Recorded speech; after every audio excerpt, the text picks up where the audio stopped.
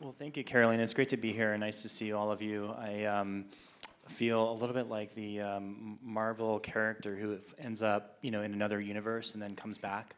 And so it's great to be with you in this setting as an entertainment lawyer who's sort of been thinking a lot about how these worlds might interact with each other more specifically.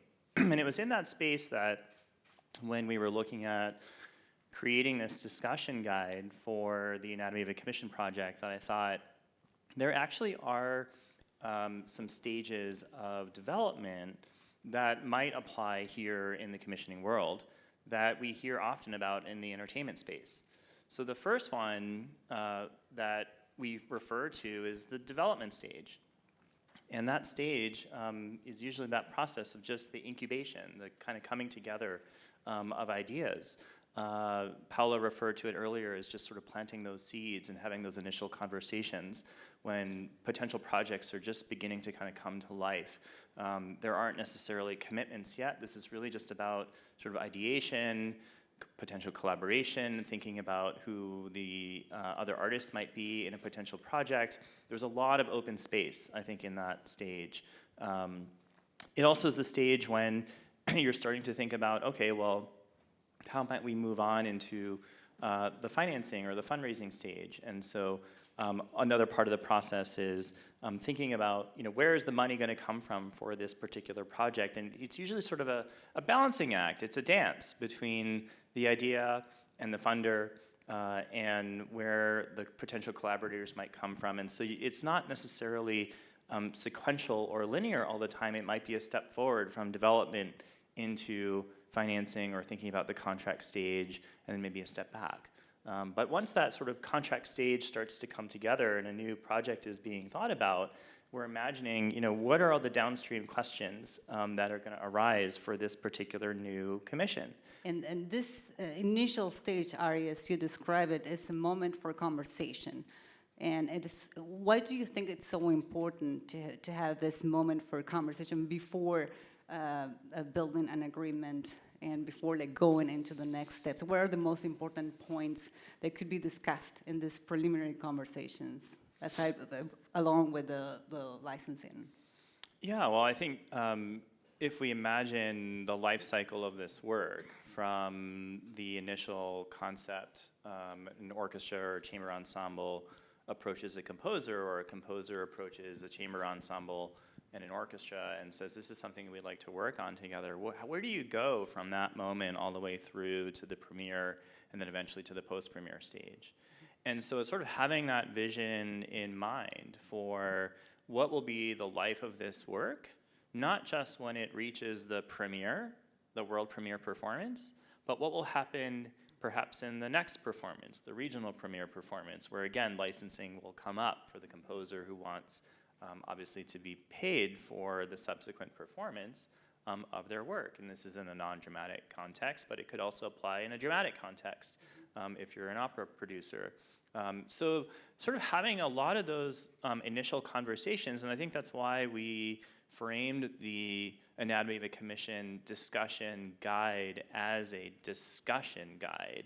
It is a framework, to use Paula's words from earlier, to begin to think about, as we said, who are the other collaborative artists whom we might want to work with as part of this project? What kinds of discussions have we had with them? Where is the underlying intellectual property going to come from if it's not going to be the original work of the composer? Is there going to be a setting of text? Is there going to be work based on a book or based on another concept?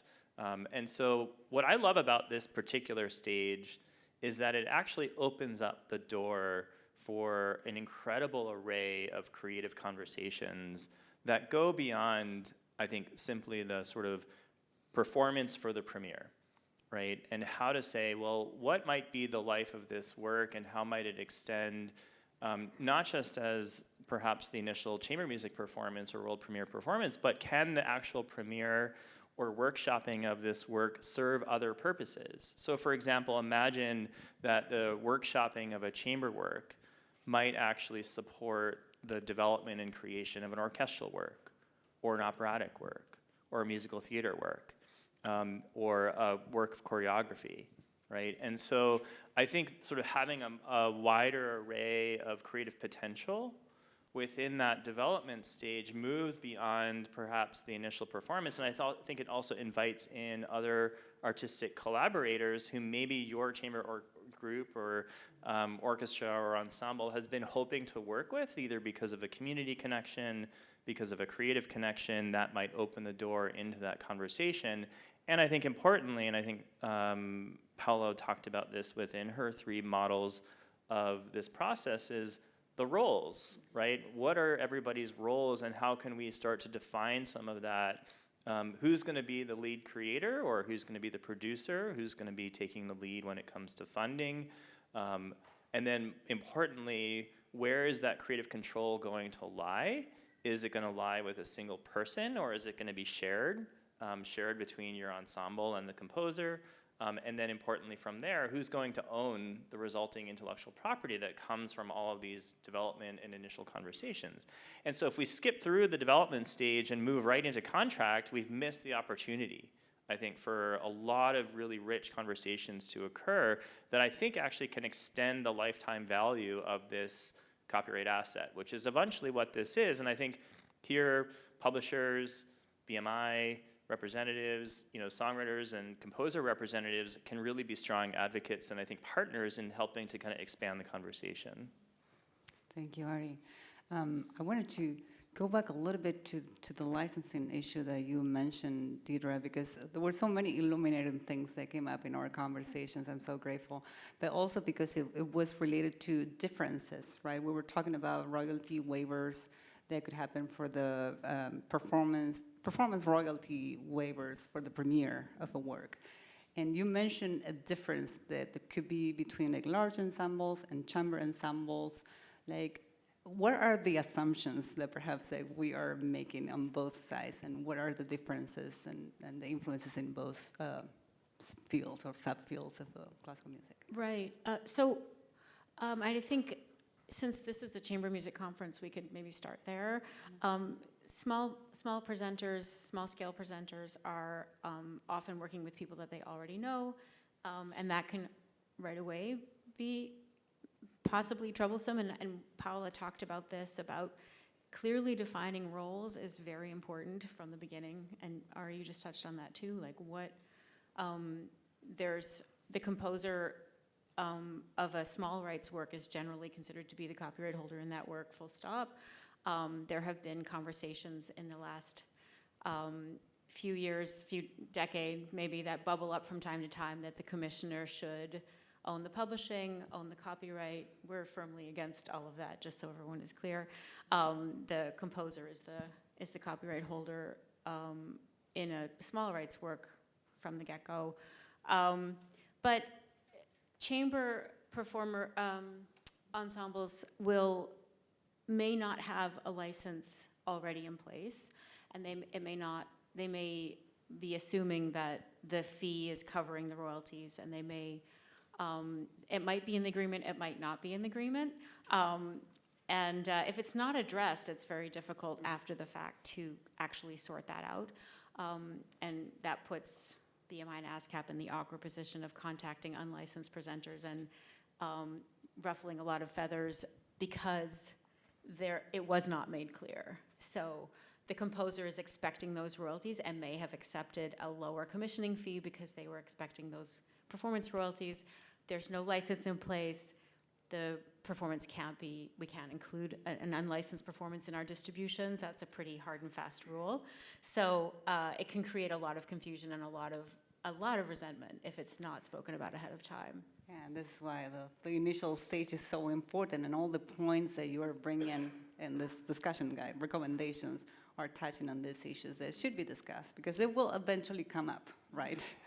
Well, it does, and if I can add on to what Deirdre's offering here, which is that the composer is granting contractual rights to the chamber ensemble, the presenter, for the world premiere, but that is different from the grant of performance rights, which is a copyright-driven right, from the composer to the performer, and therefore, if they don't have a ASCAP or BMI license in place, then there's a gap in the system. And so it's sort of recognizing that there are really fine distinctions here when thinking about how these materials and rights and licenses come together that can have a very significant impact on the composer, publisher, if there wasn't, consideration of that as part of the process. Right, and if I could just, since we're kind of there, there's often a period of exclusivity for the presenting ensemble or commissioning ensemble, and those licensing obligations also need to be spelled out. It's not totally atypical for the commission fee to cover the royalties just for the premiere performance. But if the ensemble has another 12 months of exclusivity on that work, that should be spelled out in that agreement, that those subsequent performances will be properly licensed, and that composer will be assuming that those royalties will be paid by their PRO. Thank you. Again, like transparency and clarity is so important. We assume so many things. As a composer, I've assumed a lot of the things that we're discussing here. So I really appreciate these conversations. Deirdre, you mentioned something very important too, which isn't a discussion guide, but you have an opinion that I would love for you to share. I have a lot of opinions. That's good. I'm talking about copying cost, engraving costs that are sometimes assumed in a commissioning fee. What do you think we should be perhaps like contemplating there and considering? I mean, again, it's the commission fee is just the fee to create the work.